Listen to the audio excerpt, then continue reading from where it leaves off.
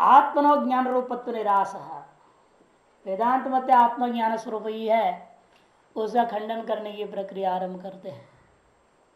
कहते सच ज्ञानाश्रय न तो विज्ञानात्मक, और आत्मा ज्ञान का अधिकरण है, ज्ञान रूप ही नहीं है। क्या आधार है आपके कथन करने में? कहते नहीं दृष्टि दृष्टि श्रोताओ, दृष्टि दृष्टिया संबंध प्रतीत है। नहीं दृष्टु षष्टि है ना, दृष्टु दृष्टे है, दृष्टा का जो दृष्टि है उस दृष्टि का विपरिलोपो न विद्यते, विपरिलोप नहीं होता। इस श्रुति में दृष्टा और दृष्टि का संबंध प्रतीत हो रहा है। इससे मालूम होता है यदि अभेद होगा संबंध नहीं होगा ना, षष्टि प्रयोग नहीं हो सकता, दोनों प्रथमांत होना चाहिए। अभेद में दोनों ही प्रथमांत हो जाएंगे, समान विभक्ति होना चाहिए अभेद को दिखाने के लिए। षष्ठी प्रयोग का मतलब संबंध है। जैसे राज्य पुरुष, राजा का ये पुरुष है, ऐसे दृष्टो हो दृष्टि ही षष्ठी है, तो संबंध प्रतीत स्पष्ट हो रहा है, संबंध प्रतीत है। अर्थात दृष्टा आत्मा, दृष्टा कौन है? आत्मा, उसकी दृष्टि माने ज्ञान का विपरिलोप स्वप्न में नहीं होता, ये इसका तात्पर्य। क्योंकि प्रकरण में, जिस प्रकरण में मंत्र आया है वो स्वप्न का प्रकरण है। नहीं दृष्टुर दृष्टिलोप विदित है, यह चौथा अध्याय तीसरे ब्राह्मण के 23वां कंडिका है, 4:3-23। और वहां स्वप्न के प्रकरण समझा रहे थे याज्ञवल्क्य जी, स्वप्न के बारे में कह रहे थे। उस स्थिति में कहा नहीं दृष्टुर दृष्टिलोपो विद्यते, ये मंत्र आया। इसका अर्थ यही होगा, दृष्टा जो आत्मा है उसकी दृष्टि जो ज्ञान है उसका विपरलोप नहीं होता। तद दृष्टा आत्मा की दृष्टि जो ज्ञान, हमने आत्मा का ज्ञान, ऐसे कहने का मतलब यह हुआ आत्मा और ज्ञान के बीच में कोई न कोई संबंध है, वो अभिन्न नहीं है। अब कोई कह सकता न आमनाय प्रतीत भ्रांत भवित मर थी, भाई आमनाय से जो प्रतीत है वह भ्रांति है, ऐसा भी कोई नहीं कह सकता। आमनाय मैंने उपनिषद वेद, इसके द्वारा प्रतीत पदार्थ जो संबंध है वह भ्रांति है, वास्तव में अभेद है, ऐसा कोई कहना अच्छा है तो ऐसा नहीं कह सकते। क्यों? अविशेषात कह दिया, अविशेषात, क्योंकि प्रमाणभूत वेद के द्वारा प्रतिपादित संबंध को अभ्रांत नहीं कह सकते। कारण क्या है? अविशेषात, हेतु दे दिया अविशेषात, सामान्य कथन होने से। क्योंकि भ्रांत तब कहेंगे ना जब कोई विशेष ज्ञान उसका बाध हो, जब कोई दूसरा इसको बांधने वाला हो तब तो इसको हम भ्रांत कहेंगे। जैसे इदम रजतम भ्रांति तब कहेंगे ना जब निदम रजतम उसका बाधक ज्ञान उत्पन्न हो जाएगा। इधर से नहीं दृष्टो दृष्टिलोप विदित है, इससे उत्पन्न संबंध ज्ञान को हम भ्रांत तब कहेंगे जब इसके विरुद्ध में असंबंध बोध का कोई दूसरा ज्ञान श्रुति कह रही हो। यानी ऐसा कहीं श्रुति का कथन आगे पीछे नहीं है। इससे ज्ञापन होता है कि यह सामान्य कथन है और इसका बाधक कोई विशेष नहीं है। अविशेष मैंने बाधक विशेषाभावात, अविशेषात का तात्पर्य है बाधक विशेषाभावात। जैसे पहले आपको सामान्य ज्ञान हो गया इदम रजतम, उसका बाधक विशेष ज्ञान कौन है? नेदम रजतम। तत्व यहाँ पहले संबंध सामान्य ज्ञान हो गया, उसका बाधक कोई संबंध निषेधक कोई ज्ञान हमें दूसरा नहीं उपलब्ध हुआ। नच सिद्धार्थ वाच का भाव, और ये भी नहीं कह सकता सिद्ध पदार्थ में वाच्यवाचक भाव नहीं होता। वेदांत में, वेदांत यदि कोई कहे सिद्धार्थ विषय वस्तुओं में वेद कथन करना नहीं चाहता है, क्योंकि मीमांसकों का एक बहुत बड़ा सिद्धांत जिसको वेदांत यथावत स्वीकार करता है, अनन्य लभ्यो ही शब्दार्थ। अर्थ संग्रह में कई बार बता चुका हूं, अनन्य लभ्यो ही शब्दार्थ। कोई भी शब्द हो उसका वास्तविक वाच्यार्थ हम उस चीज को मानेंगे जो अन्य प्रमाणों से ज्ञात ना हो, जो अन्य प्रमाणों से ज्ञान ना हो।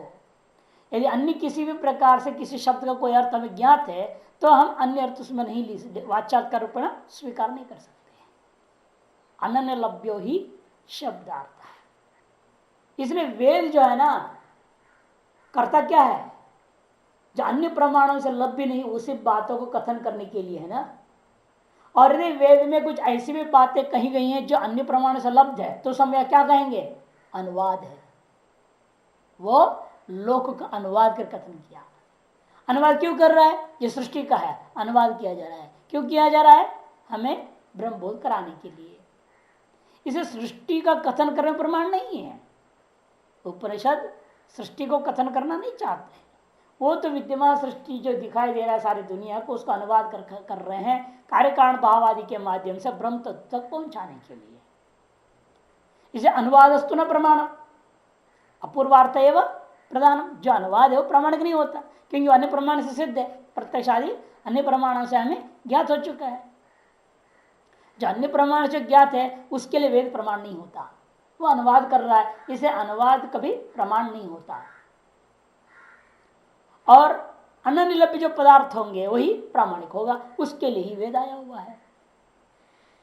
अतः सिद्ध वस्तु का कथन करने के लिए, मन अन्य प्रमाणों से सिद्ध पदार्थों का कथन करने के लिए वेद आया नहीं है। इसलिए यदि संबंध अन्य प्रमाण से सिद्ध है, मेरा ज्ञान, अब बोलते हो है?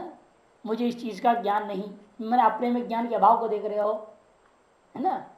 मुझे घट का ज्ञान है, अतः अपने में आप घट का ज्ञान को देख रहे हैं। मैंने अधिकरण आधार आधे भाव से आप ज्ञान को अपने में होना और न होने का दोनों का अनुभव कर रहे हैं, तो अन्य प्रमाण सिद्ध है ना ये। इसके लिए इसको कथन करने में दृष्टो दृष्टि परलोक विदित मंत्र की जरूरत नहीं है, ऐसा वेदांति कहता है। इसलिए इस मंत्र से संबंध बोध नहीं हो रहा है, अभेद ही बोध होता है, ये सिद्धांत वेदांत सिद्धांत वाले कहना चाहते हैं। सिद्धार्थ वाच का भाव इति न, तो सिद्धांत के ऐसे मत कहो, अपसिद्धांता। आप स्वयं सत्यम ज्ञानम अनंतम ब्रह्म इत्यादि वाक्यों को अखंडार्थ बोधक मानते हैं, वाचक माना, और वो सब सिद्ध वस्तु ही है। सत्य क्या है, ज्ञान क्या है, अनंतता क्या है, ये सब शब्दों के अर्थ अन्य व्याकरण आदि प्रमाणों से लब्ध है। उसको क्यों बोल रहे हैं वेद फिर? और वो ब्रह्म आप कह रहे हो, ब्रह्म शब्द का भी अर्थ हमारे धातुओं से तो निष्पन्न हुआ है, बृहत्वाद ब्रह्मणत्वाद वा इत्यादि से, तो सब कुछ अन्य लभ्य ही है।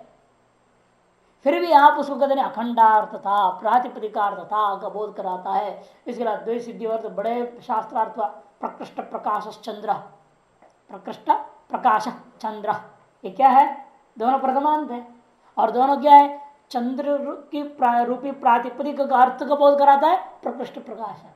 सब ब्रह्म रूपी प्रातिपदिक अर्थ बोध कराएगा सत्यम ज्ञानम अनंतम, सिद्धार्थ बोधक हो गया ना। इसीलिए वेदांत तो ये नहीं कह सकता कभी भी सिद्धार्थवाचक शब्द जो है वेद में नहीं है, उपनिषद में नहीं है, ऐसी बात नहीं है। सिद्धार्थों कथन कर रहा है और उसको भी आप अपूर्व ही मानते हैं, अनुवाद नहीं माना। अब उसको आप अनुवाद मानते हो क्या, सत्यम ब्रह्म को? नहीं, ब्रह्म का लक्षण बोधक वाक्य है वो, अपूर्वार्थ बोधक हो गया ना, लक्षण अपूर्वार्थ बोधक हो गया। अतः सिद्धार्थवाचक वेद में उपनिषद में नहीं होते, ऐसी बात नहीं है। इसीलिए यहां पर भी संबंधार्थक मानने में कोई आपत्ति नहीं है। न चातत परत्व, तो फिर भी कोई वेदांत सिद्धांत कहता है फिर भी इस वाक्य में संबंध बोधक तो नहीं है, षष्ठी को हम संबंधार्थक नहीं लेंगे। तब क्यों? तस्य अन्य तो असिद्धत्व न विशिष्ट परत्वात्, सिद्धांति जो वैशेषिक है नहीं नहीं नहीं, तस्य तो अन्य तो असिद्धत्व न, वो अन्य प्रकार से सिद्ध ही नहीं, अन्य प्रमाणों से ज्ञान आत्मा का आधार आदिभाव सिद्ध नहीं हो सकता। वेद ने बताया तभी हम निर्णय कर पाएंगे। क्यों?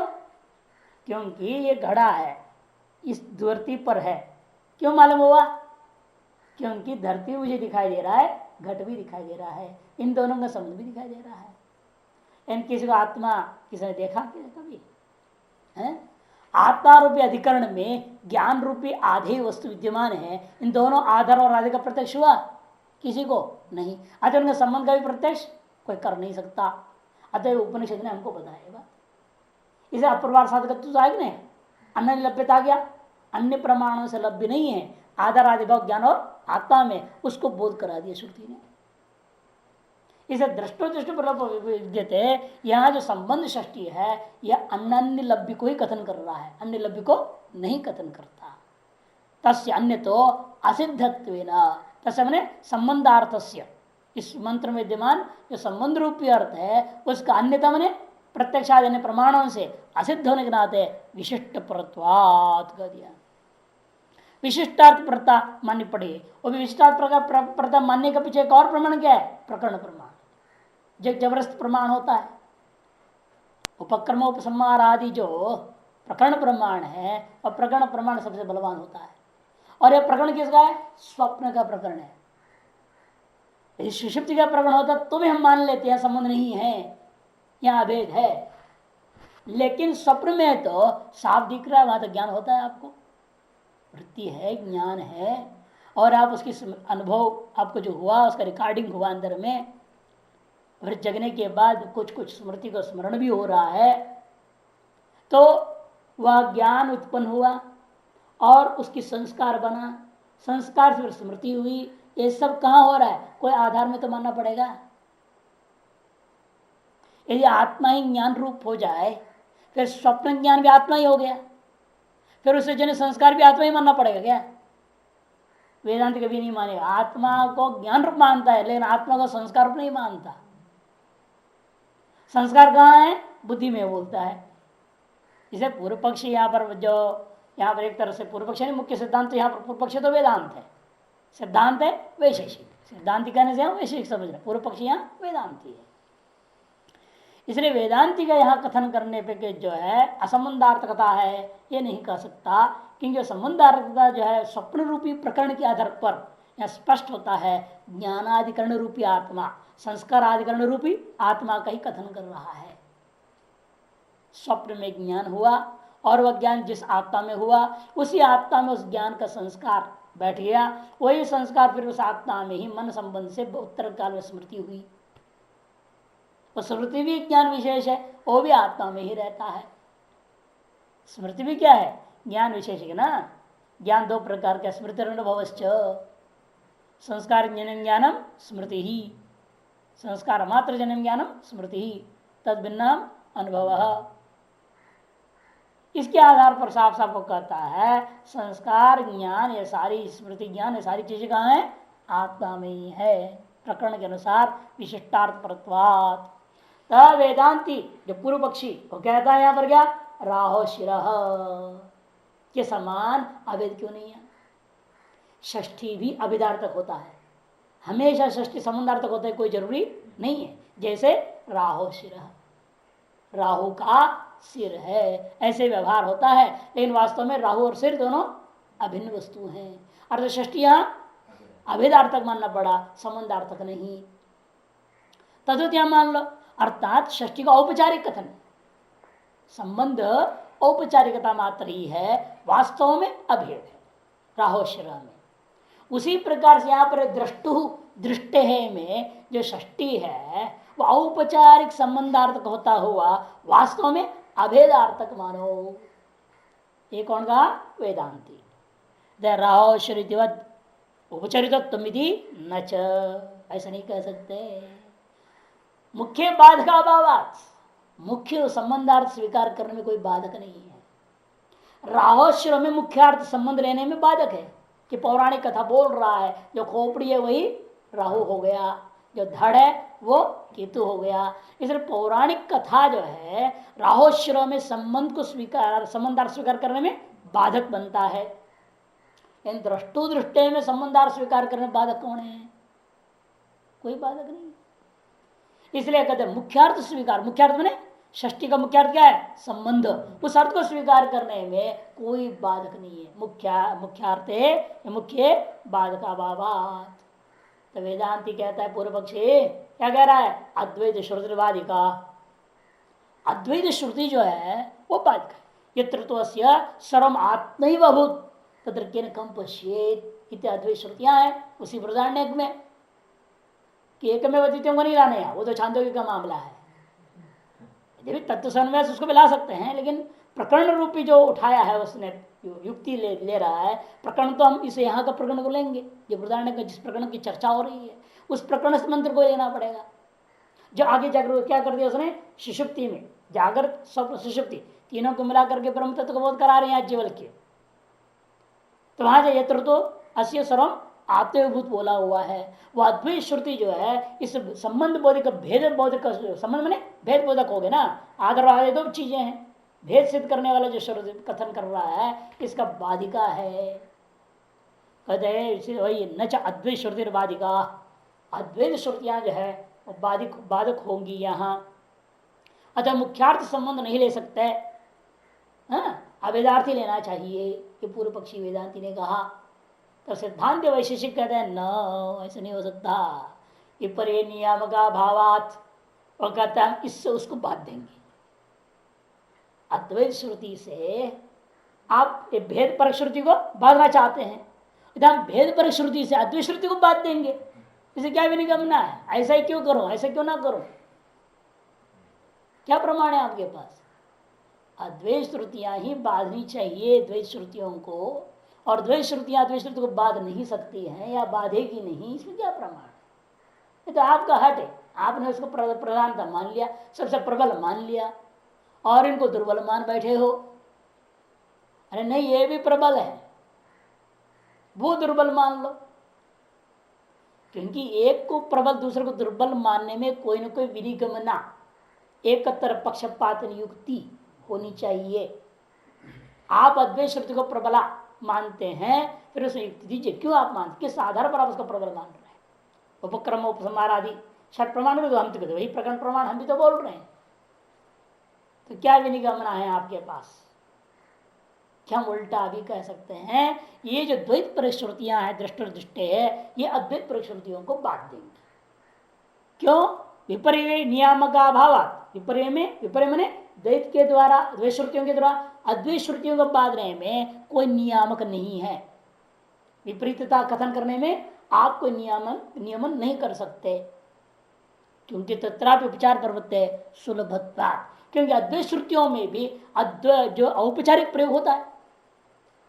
जैसे बहुत सारी श्रुतियां हैं जहां वेद कथन कर रहे हैं, जैसे आदित्यो यूप कह दिया, जो आदित्य है वही यूप है, अवेद श्रुति है। यहाँ है तो वेद का मंत्र, अवेद कथन कर रहा है, दोनों प्रथमांत है, षष्ठी तो है नहीं यहाँ। लेकिन अवेद श्रुति क्या है? औपचारिक का, क्यों? प्रत्यक्ष बाधित हो गया, प्रत्यक्ष साफ दिख रहा है। सूर्य झाड़ू है क्या? नहीं, सूर्य यूप है क्या? यूप में एक डंडा होता है, गाड़ने वाली डंडा। यजमान प्रस्तर, प्रस्तर मैंने झाड़ू, यजमान प्रस्तर प्रथमा दे दोनों कि यजमान झाड़ू है। यजमान तो झाड़ू नहीं है ना, प्रत्यक्ष से यजमान बैठा हुआ है, वो आदमी झाड़ू है। आदमी को झाड़ू कैसे कर दिया आपने? और श्रुति कर रही है यजमान प्रस्तर, यह अद्वैत है, अभेद बोधि का श्रुति है, लेकिन उसको आप क्या मानते हैं? औपचारिक। यथा तथा यत्र तो आत्ममेव भूत एकमेवाद्वितीयम् इत्यादि अद्वैत श्रुतियों को भी हम औपचारिक मान सकते हैं। क्यों? प्रत्यक्ष द्वैत के द्वारा सब श्रुतियां बाधित हो जाएंगी। प्रत्यक्ष सारी दुनिया क्या मान रही है? मैं अलग हूं, ईश्वर अलग है। प्रत्यक्ष के ही तो प्रमाण है ना, प्रत्यक्ष प्रमाण के द्वारा अद्वैत श्रुतियां बाधित हो जाएगी। यथा प्रत्यक्ष प्रमाण के द्वारा यजमान प्रस्तर आदित्योपित्य अभेद श्रुतियां बाधित हो सकती हैं, और वो अभेद श्रुतियों को औपचारिक आप मानते हो। यथा तद्वत एकमेवाद्वितीयम् इत्यादि यतुर्दस्यात्मभूत इत्यादि जितनी भी अद्वैत श्रुतियां हैं ये भी प्रत्यक्ष के द्वारा स्वीकृत भेद के द्वारा बाधित हो जाएगी। अतएव अद्वैत श्रुतियां औपचारिक हो गई और द्वैत कथन करने श्रुति ज्यादा प्रबल सिद्ध हो गया। जबरदस्त युक्ति दे रहा है। न च प्रत्यक्षम बाधकम, आ गया ना, न च प्रत्यक्षम बाधकम, प्रत्यक्ष बाधक ऐसा वेदांति नहीं बोल सकता। क्यों? प्रत्युत तस्य भेदग्राहकत्वात्, वो तो हमारे पक्ष में सहयोगी है प्रत्यक्ष प्रमाण। कौन कहता है? वैशेषिक। क्योंकि प्रत्युत मैंने बल्कि उल्टा वो जो प्रत्यक्ष प्रमाण है, तस्य मैंने प्रत्यक्ष प्रमाण से भेदग्राहकत्वात्, भेद का ही ग्रहण करने वाला आता है, कभी प्रत्यक्ष प्रमाण अभेद ग्रहण करता ही नहीं। जो कुछ भी डायलॉग मारा जाता है अभेद का, वो सब केवल झूठा होता है। अभेद के डायलॉग तो पति पत्नियों के बीच में होते हैं, नहीं शादी होती है तो पति पत्नी अभेद का डायलॉग मारते हैं, तुम्हारा बिना मैं नहीं, मेरे बिना तुम नहीं है हम दोनों एक हो गए हैं अब तो। ये सब डायलॉग शादी के बाद नए नए में हो जाता है, लेकिन बाधित है, उत्तर काल में बाधित हो जाता साथ के साथ। एक बच्चा होने के बाद ही बाधित हो जाता अधिकतर, और कुछ न घटना हो जाए तो बाधित हो जाते। इसे प्रत्यक्ष में तो कहीं भी अभेद तो मिलता ही नहीं, भेद ही ग्राहक होता है, अभेद ग्राहक होता ही नहीं है प्रत्यक्ष प्रमाण। न चित्र तस् सामर्थ्यम नास्ति इति न च वाच्यम। लेकिन कहता है पूर्व वेदांती बल्ले तस्य मने प्रत्यक्ष प्रमाण से तत्र माने भेद ग्रहणे सामर्थ्यम नास्ति, भेद ग्रहण करने में कोई सामर्थ्य नहीं है, भेद का प्रकाशन करने में प्रत्यक्ष प्रमाण का सामर्थ्य नहीं है। ऐति न च वाच्यम, सामर्थ्य सती विरोधाभावात, उसके सामर्थ्य सर्वानुभव सिद्ध है, उसका विरोध कौन कर सकता है। प्रत्यक्ष प्रमाण में सकल व्यवहार भेद निष्ठ हो रहा है। ऐसा प्रत्यक्ष प्रमाण जो भेद निष्ठ होकर कई प्रवृत्त है, उसका विरोध कौन कर सकता है। इसीलिए प्रत्यक्ष प्रमाण में भेद को सिद्ध करने का सामर्थ्य नहीं है, भेद को प्रकाशन करने का सामर्थ्य नहीं है, ऐसा कह नहीं सकते। प्रत्यक्ष प्रमाण ही भेदात्मक है। नच संबंधाभाव ग्रहण असंभव।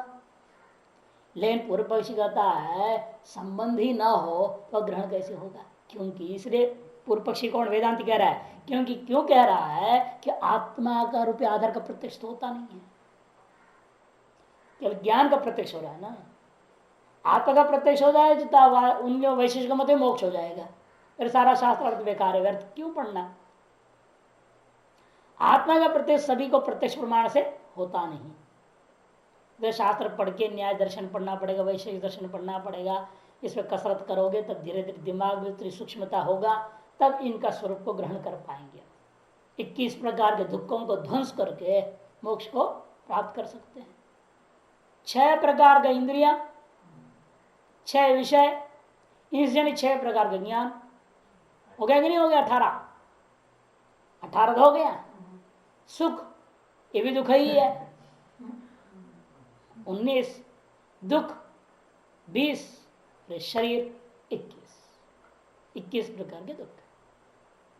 6 इंद्रियां, उनका जो विषय 6 और 6 ज्ञान, उनसे उत्पन्न होने वाला रस ज्ञान, रूप ज्ञान, शब्द ज्ञान है ना, ये सब 6 ज्ञान, सुख दुख और शरीर।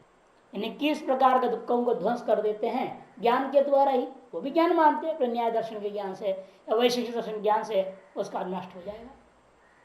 उसका भी अब प्रश्न जो था वो आ जाता है। देखो यहाँ प्रसंग आ गया, मोक्ष और आत्यंतिक मोक्ष प्रसंग है।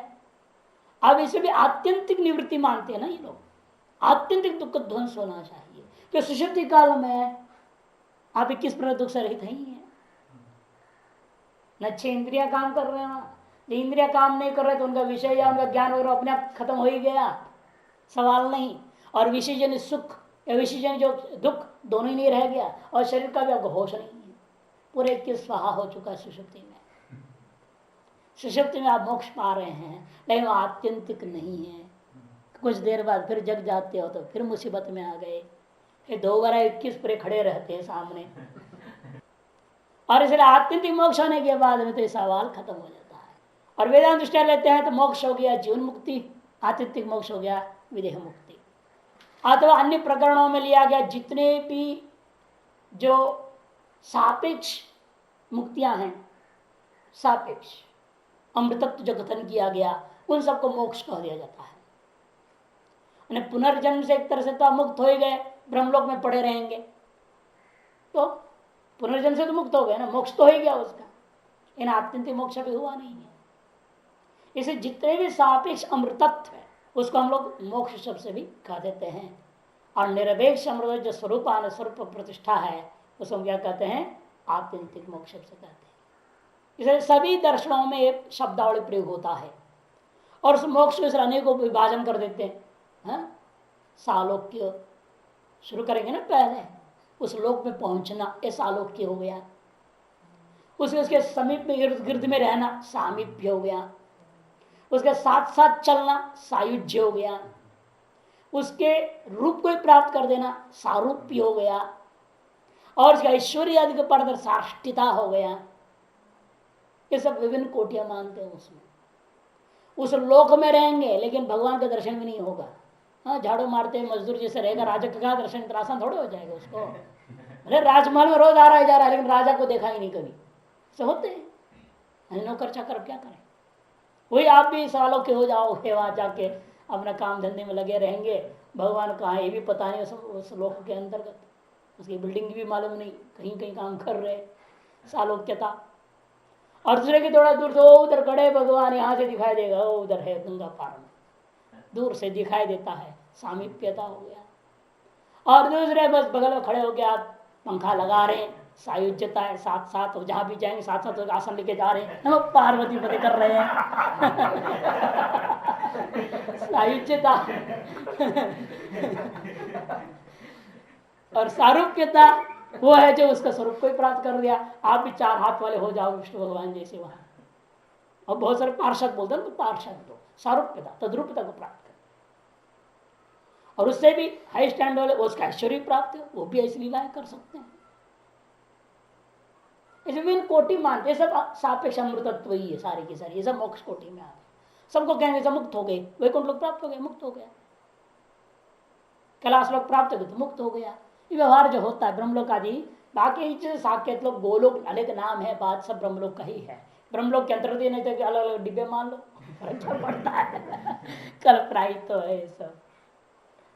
तो इसलिए कहते हैं कि इस प्रकार से आप संबंधाभाव ग्रहणाभाव ये भी नहीं कह सकते, क्योंकि अदोषत्वात्, क्योंकि कारण क्या है, जिस चीज का संबंध नहीं हुआ तो ग्रहण नहीं हुआ, जिसका संबंध है तो ग्रहण हो जाएगा। सुषुप्ति में संबंध नहीं था, ग्रहण नहीं हुआ। स्वप्न जाकर तो संबंध है तो ग्रहण हो रहा है। इसलिए संबंधाभाव जो है, ग्रहणाभाव यदि के प्रति सिद्ध होने, ग्रहणाभाव के प्रति आप कार्य संबंध के अभाव के ग्रहण नहीं होगा, ये कोई दोष नहीं है। कि सदा कोई चीज का ग्रहण, संबंधाधिक वस्तुओं का सदा ग्रहण कभी नहीं होता। कोई भी चीज संबंधाधीन है, वो संबंध कभी रहता है कभी नहीं रहता है। रहेगा तो ग्रहण होता है, नहीं रहेगा तो ग्रहण नहीं होता। पूर्व पक्षी वेदांत एक और दोष खड़ा करता है, यदि संबंध के बिना ग्रहण नहीं होते बात मान लोगे, न चाति प्रसंग, संबंध के अभाव में भी उसका ग्रहण होने पर कोई दोष नहीं होता। संबंध के अभाव में भी ग्रहण यदि हो जाता हो तो भी दोष नहीं है, ये वैशिष्ट कहना चाहता है। संबंध न रहने पर भी यदि वस्तु का ग्रहण हो रहा हो तो कोई दोष नहीं है, मैंने अभावपण का ग्रहण होगा ना, यही तो होगा विषय। अब घट का भूतल संबंध नहीं है, लेकिन हमको घट का ग्रहण यहां भी हो रहा है, लेकिन क्या निरूपण, अभाव का प्रतियोगी रूपेण घट ग्रहण हो, घट अभाव कहूंगा। यहां पर अभी हमको घट दिख रहा है, लेकिन कैसे दिख रहा है, अभाव प्रतियोगी विधेया दिखाई देता है। अभाव का प्रतियोगी रूपेण हम कह रहे हैं, इस ये अस्मिन भूतले घटो नास्ति। यदि आपको किसी भी रूपेण घट यहां नहीं दिखाई दे तो घटो नास्ति, घट शब्द प्रयोग नहीं कर सकते आप घट प्रयोग कर रहे हैं ना शब्द, मैंने उस घट ज्ञान को मान रहे हैं कि प्रतियोगी ज्ञान के बिना अभाव ज्ञान को व्यवहार ही नहीं होगा। यहां घट का अभाव है, ये बोलने के पीछे आपके दिमाग पहले घट का ज्ञान विद्यमान है। और यादृश संबंध घट और भूतल के बीच में होना चाहिए, तार संबंध का अभाव होने से घटाभाव का ज्ञान तो हो रहा है, लेकिन उसके अंतर्गत, उस घटाभाव के अंतर्गत घट रूपी प्रतियोगी रूपेण घट का भी ज्ञान हो रहा है। ऐसा संबंध न रहने पर भी प्रतियोगी विधेया वस्तु का ज्ञान होने में कोई आपत्ति नहीं है। इसलिए वैशिष्टिकों का कथन करना है, संबंध न हो तो विषय ग्रहण नहीं होता, ये बात को कहना गलत है। संबंध न होने पर भी विषय ग्रहण होता है, दूसरे रूप से होगा। तो पूर्व पक्षी कहने लगा वेदांती, भाई न चाहते प्रसंग, फिर तो अति प्रसक्ति हो जाएगा। जैसे व्यवहित है, दीवार के बाहर है, फिर उसका भी ग्रहण कर लो। व्यवहित है, असंबद्ध है, विप्रकृष्ट दूर में विद्यमान है, वो सारी चीजों का प्रत्यक्ष होने लग जाएगा। क्या कहते हैं, नहीं, वहां हमारे पास अनुपलब्धि ही नियामक होता है। अनुपलब्धेर नियामकत्वात्, अनुपलब्धि हमारे यहाँ नियामक है। यद्यपि वैशेषिक लोग प्रत्यक्ष अनुमान दो ही प्रमाण मानते, अनुपलब्धि प्रमाण हम नहीं मानते। इसलिए अनुपलब्धि का अर्थ क्या है वो समझना, प्रमाण नहीं समझो। प्रतियोगी के उपलब्धि अभाव अनुपलब्धि प्रमाण नहीं है। प्रतियोगी रूपा जो वस्तु है, घट पट मट वगैरह, इनकी उपलब्धि का प्रत्यक्ष का अभाव, उस अभाव का प्रत्यक्ष हुआ। उस अभाव का प्रत्यक्ष होने से उस अभाव का प्रतियोगी कोटि में, विशेषण कोटि में विद्यमान वस्तु का ज्ञान का प्रत्यक्ष मानना पड़ेगा। वस्तुओं का भी प्रत्यक्ष होने लगेगा, ऐसा संदेह नहीं कर सकते, क्योंकि अनुपति प्रमाण ही उसके अभान के प्रति नियामक हो जाता है। प्रतियोगी से भिन्न कब अभाव का ज्ञान होता है, ये थोड़ा विचार करके देखिए। कोई चीज के अभाव का ज्ञान हो रहा है तो कैसे होता है? आपको एक चीज को छोड़कर बाकी सारी चीज रहनी चाहिए।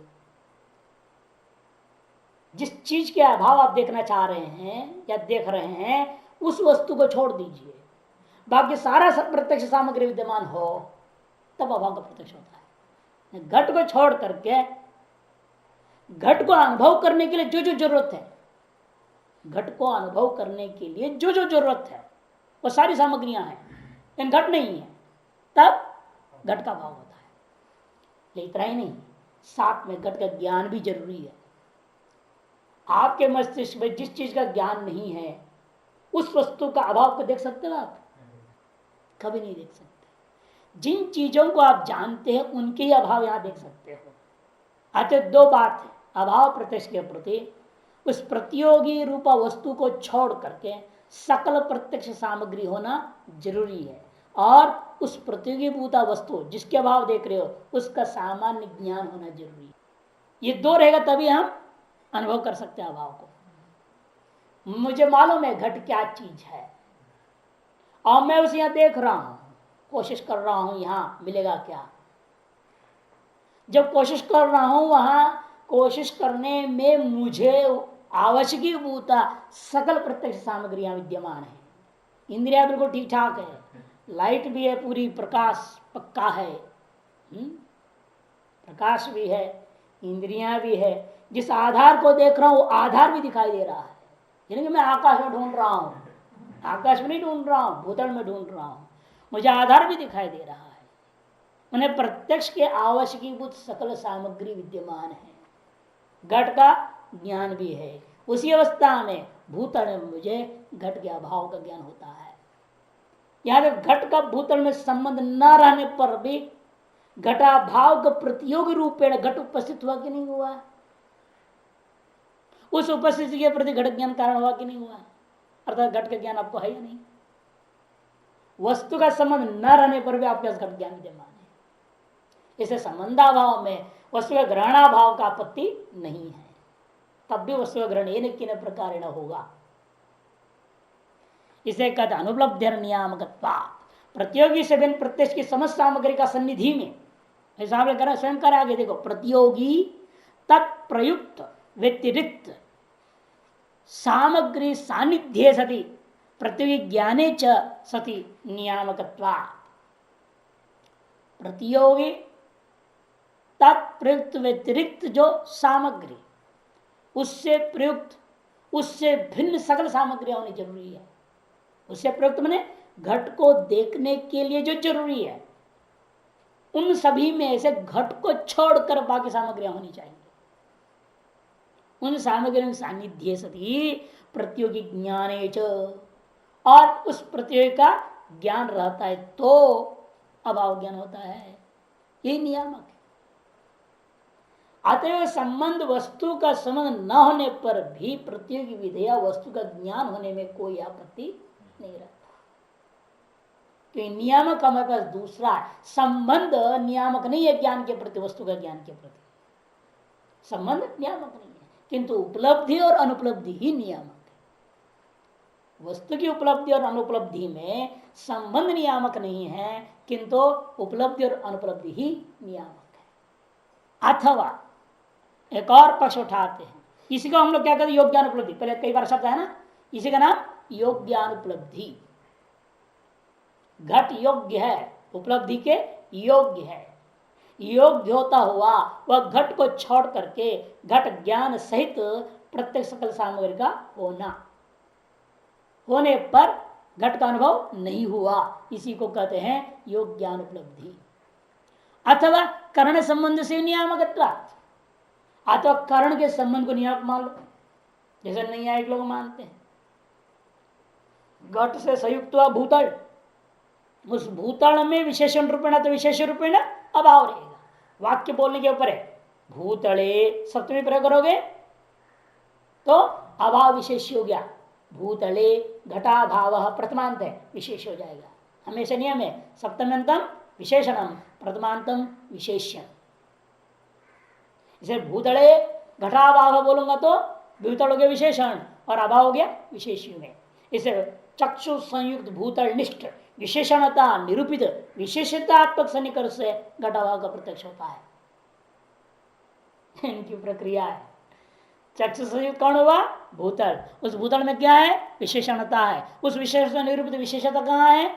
अभाव में। एक सन्निकर्ष मान लिया, चक्षु संयुक्त भूतल निष्ठ विशेषणता निरूपित विशेषतात्मक सन्निकर्ष से हमको क्या ज्ञान हुआ? घटाभाव का ज्ञान हो जाता है। और उल्टा बोलो, घटाभावत भूतलम, या भूतलम क्या हो गया? विशेष्य, और घटाभाव वाला बोल रहा हूं ना, इसे घटाभाव क्या हो गया? विशेषण, जिससे हम भूतल को पहचान रहे हैं।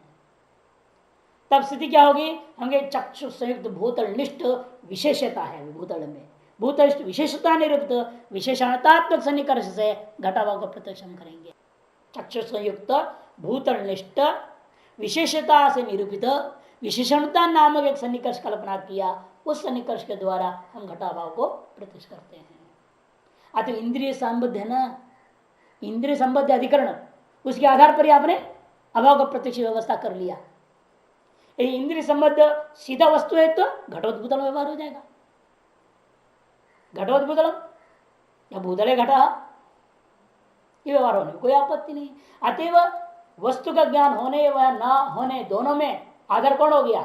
इंद्रियां। इसे कर्ण संबंध को लेकर के ही उपलब्धि और अनुभूति की व्यवस्था हो सकती है, संबंध कोई महत्वपूर्ण नहीं है। कर्ण संबंध सीव नियामकत्वात्, तथा ही, क्योंकि कहां से देखा आपने, ये कैसे निर्णय लिया आपने? कैसे? घट संयुक्तेन चक्षुषा जनितम ज्ञानम घटमेव अवगाहते। चक्षु से संयुक्त हो गया घट, घट संयुक्त, घट यहां पड़ा है, उस संयुक्त है चक्षु। अब ये चक्षु से जन्य जो ज्ञान होगा, उस ज्ञान में विषय कौन होगा? घट ही होगा, पटादि नहीं हो सकता। न अर्थांतरम असंबद्धत्वा, असंबद्ध होने से। इसीलिए संबंध ज्ञान का नियामक नहीं है, कर्णभूता इंद्रियां ही ज्ञान के प्रति नियामक हो जाते हैं, चाहे भाव को हो चाहे अभाव का। अतएव ये जो संबंध बोधक श्रुति है उसको समर्थन कर रहा है भेद बोधक प्रत्यक्ष प्रमाण। अतः प्रत्यक्ष के द्वारा संबंध भेद बोधि का श्रुति का बाध नहीं कर सकते, ये सिद्ध हो गया। अतएव भेद सिद्ध हो गया, आत्मा और ज्ञान में भेद सिद्ध कर दिया वैशेषिकों ने। और इस भेद को पक्का करने के लिए अगला प्रकरण उठाएगा, भेदो जीवन प्रकरण। एक ने पुस्तक लिखा भेदोद्धार, उसका वेदांत ने खंडन के भेद धिक्कार।